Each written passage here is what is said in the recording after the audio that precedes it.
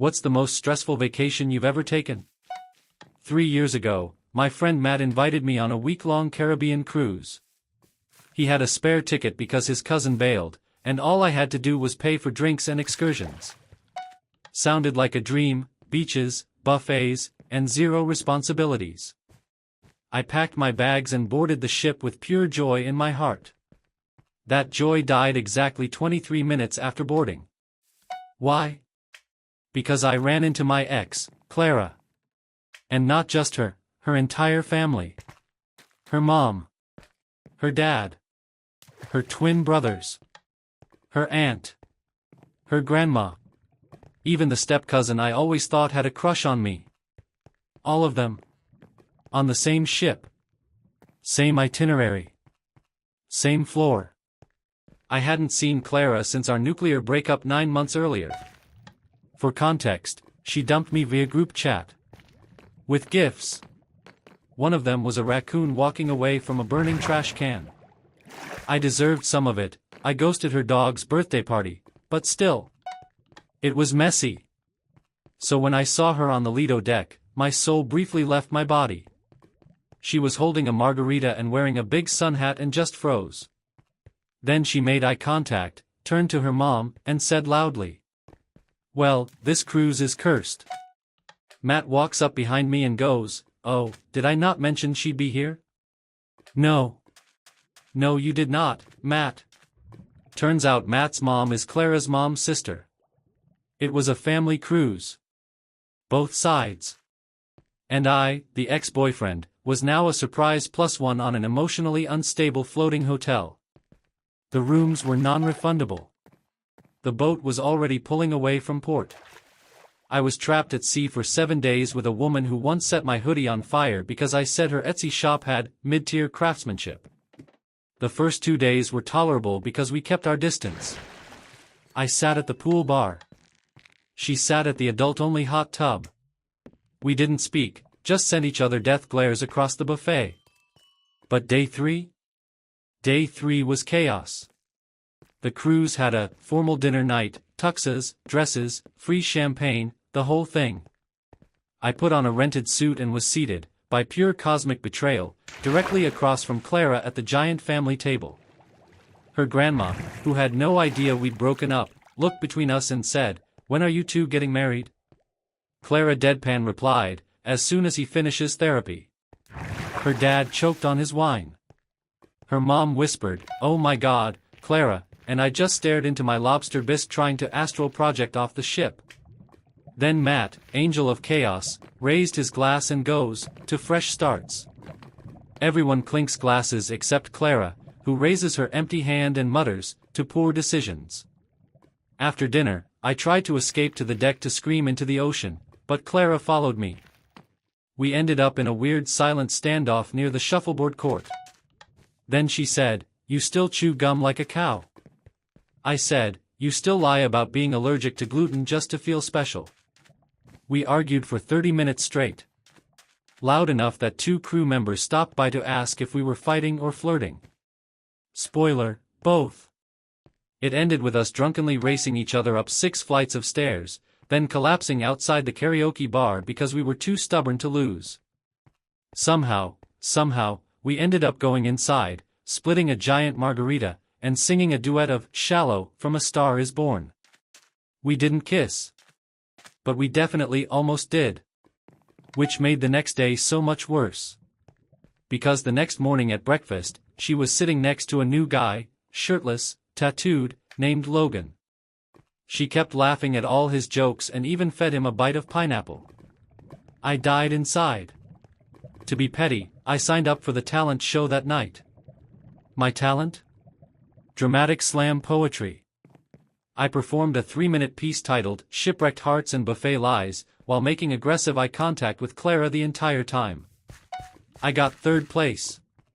She slow clapped. Logan gave me a thumbs up. I considered jumping off the side of the boat. By day 5, I had accepted that this cruise was now a karmic punishment for every Taco Bell order I ever messed up. I stayed in my cabin, watched ship TV, and ate 6 packs of Oreos from the gift shop. Then something weird happened. Day 6, I bumped into Clara on the upper deck at sunrise. We were both alone. Both looked like trash. She sat next to me without saying a word. After a long silence, she said, "I don't actually like Logan. He talks about crypto a lot." I said, "I figured. He has the energy of someone who's been banned from 3 Discord servers." We laughed. And then, no joke, we talked for 4 hours. About what went wrong. What we missed. Why we were both train wrecks. It wasn't a reconciliation. Just a mutual funeral for the version of us that didn't work. We hugged at the port on day 7. She left with her family. I left with Matt and a hangover. We never texted. Never followed each other again. What's the weirdest place you've ever stayed overnight? So I travel a lot for work, and a few months ago, I was in upstate New York for a boring conference on digital archiving. Snooze fest. I decide to save money and stay in an Airbnb instead of a hotel. The listing looked charming, Victorian-style guest suite in a quiet rural farmhouse. The pictures showed antique furniture, cozy quilts, and a clawfoot tub. Seemed peaceful. When I arrived, the host, this older lady named Margot, met me on the porch. She looked like someone who'd have a large collection of cats and possibly talk to ghosts recreationally. Super polite, but had that "hasn't blinked in 3 minutes" vibe. She said, "I hope you don't mind the energy here. Some guests say it's unique." I laughed, thinking she meant like quirky hippie vibes. Nope. She meant paranormal activity. The guest suite was upstairs, separate from the main house. Everything was vintage, doilies, lace curtains, portraits of random 1800s children who definitely cursed someone. There was a weird ticking grandfather clock that wasn't plugged in. And the closet? It was like 7 feet tall with a door that didn't quite close. I unpacked, took a shower, and was about to settle in when I heard it. A wheezing sound. Like someone exhaling from inside the closet. I froze. Held my breath. It stopped. I laughed nervously and told myself it was probably old pipes or wind or mice with asthma. Then I heard it again, a long, slow inhale. Not from the room. From inside the closet. I grabbed a shoe and flung open the door. Nothing. Just coats. Old, dusty, mothball-scented coats. I checked the back wall, the ceiling, even under the floorboards. Nothing. But when I stepped away, it sighed again. I decide to ignore it and go to bed with a podcast blasting in my ears. Around 2 a.m., I wake up needing water. I pull out my earbuds and, I kid you not, the podcast is still playing. But from inside the closet. I had my phone with me in bed. The closet was playing the same podcast, but delayed by like 4 seconds. I walked over slowly and opened the door. Nothing there, just coats. Podcast sound stops. Then, I swear on my life, something whispered, "Good night." I grabbed my bag, phone, keys, barefoot, half awake, and ran downstairs. Margot was in the kitchen making tea like it was totally normal to be up at 2 a.m. with a ghost in the guest suite. I said, "Hey, I think someone might be whispering in the closet."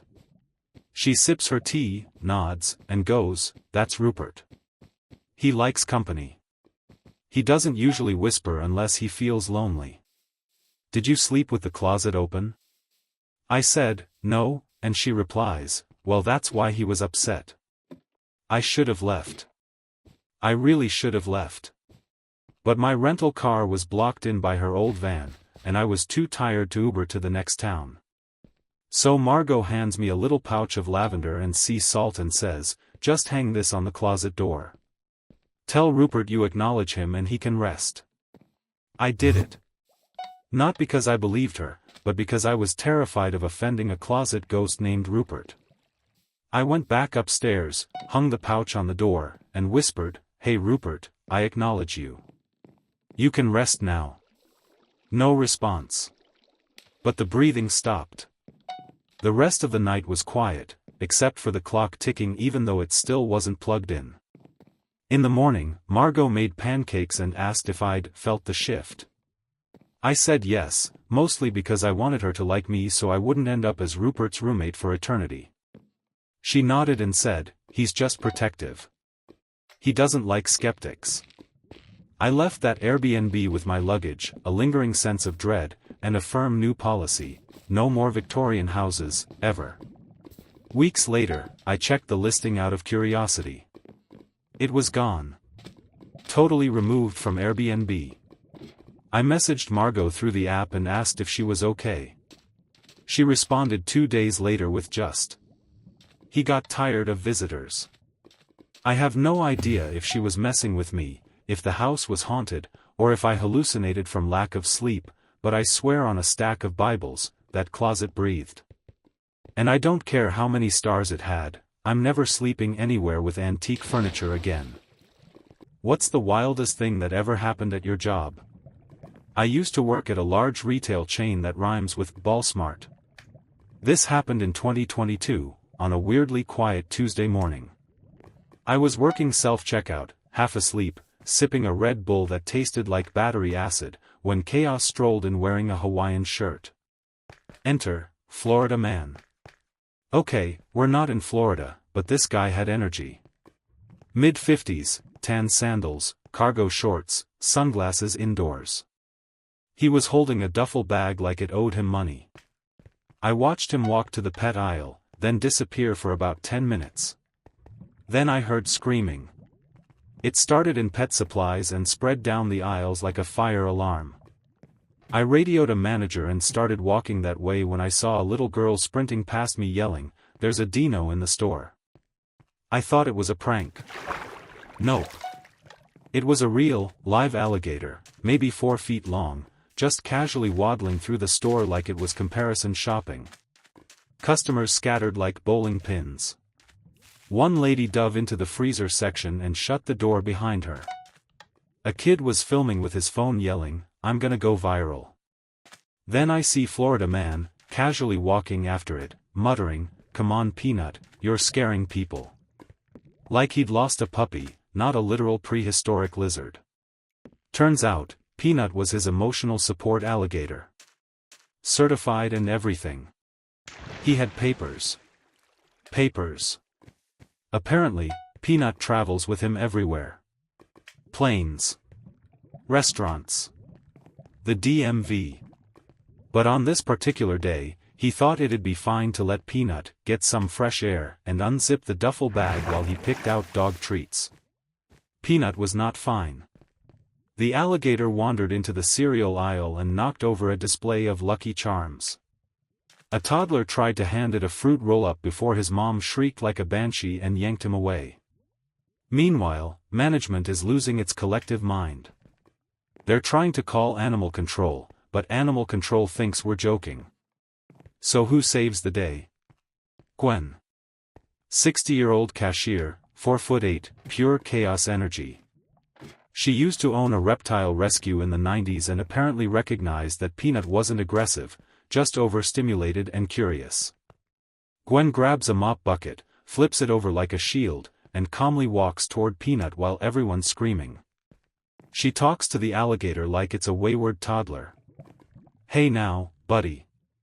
Let's not cause a scene. You want a chicken nugget?" She pulls an actual McNugget out of her apron. She keeps snacks on her for low blood sugar, and tosses it gently on the floor. Peanut stops. He stares at the nugget. He crawls toward it. Gwen kneels down, bucket still in hand, and just scoops him up. Crowd goes silent. You could hear a pin drop. Then someone starts clapping. Then more people. Suddenly, it's a standing ovation for Gwen, holding a bucket with an alligator inside like she just won the Hunger Games. Florida man strolls up like this happens every day, says, "Sorry about that," he's usually chill, and zips Peanut back into the duffel bag like it's a gym towel. He even asked for a discount on the treats because of the inconvenience. Manager told him to leave and never come back. We had to file an unusual incident report with corporate. My coworker wrote, a lizard caused a minor disturbance in cereal, because she didn't know how to spell alligator. Security footage got leaked, not by me, wink wink, and it hit Facebook. Peanut got famous for about 2 days. Someone made a meme that said, support reptiles too, with Peanut in sunglasses photoshopped behind a register. Corporate sent us a memo 2 weeks later banning all non-traditional service animals. Gwen got a $50 gift card and a framed certificate that said, thanks for wrestling a gator. Please don't do it again. And yes, Florida man came back 6 months later.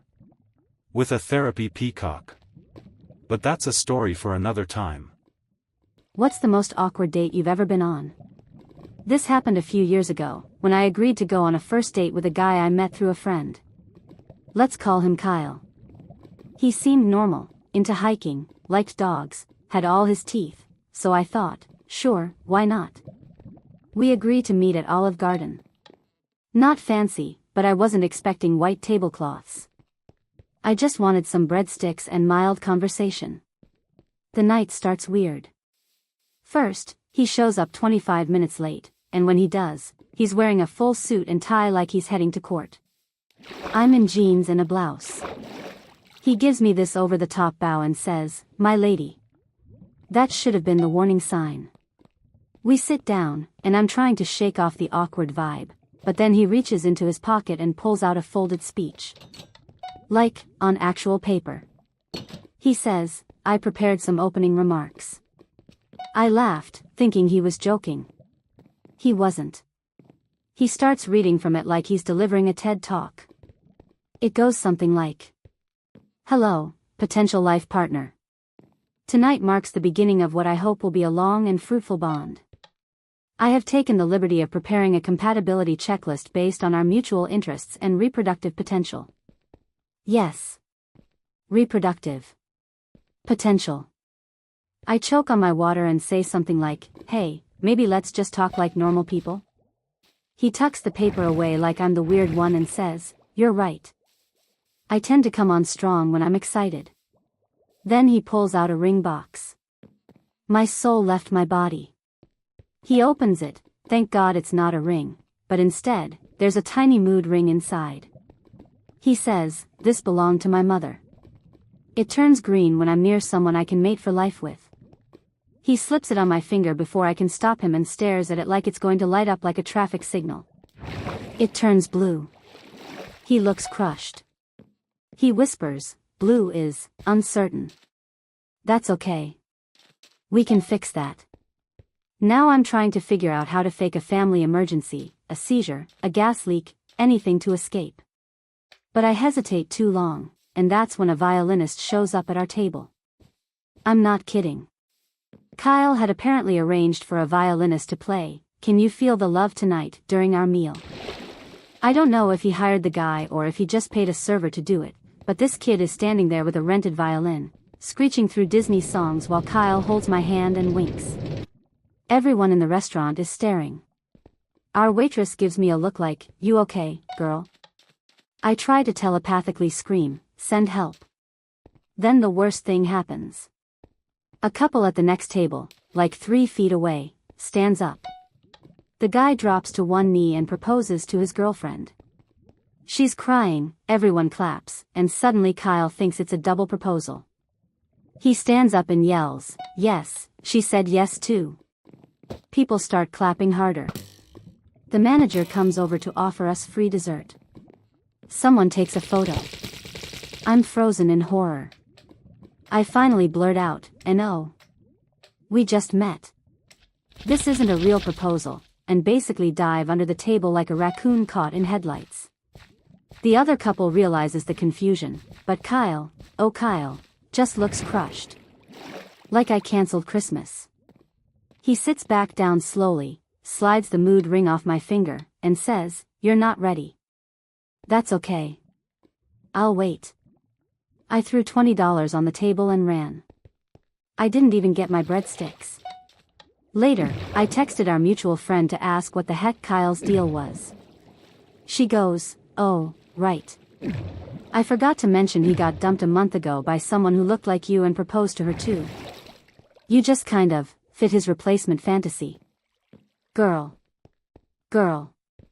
Anyway, that was the last time I trusted anyone who refers to romance as reproductive potential.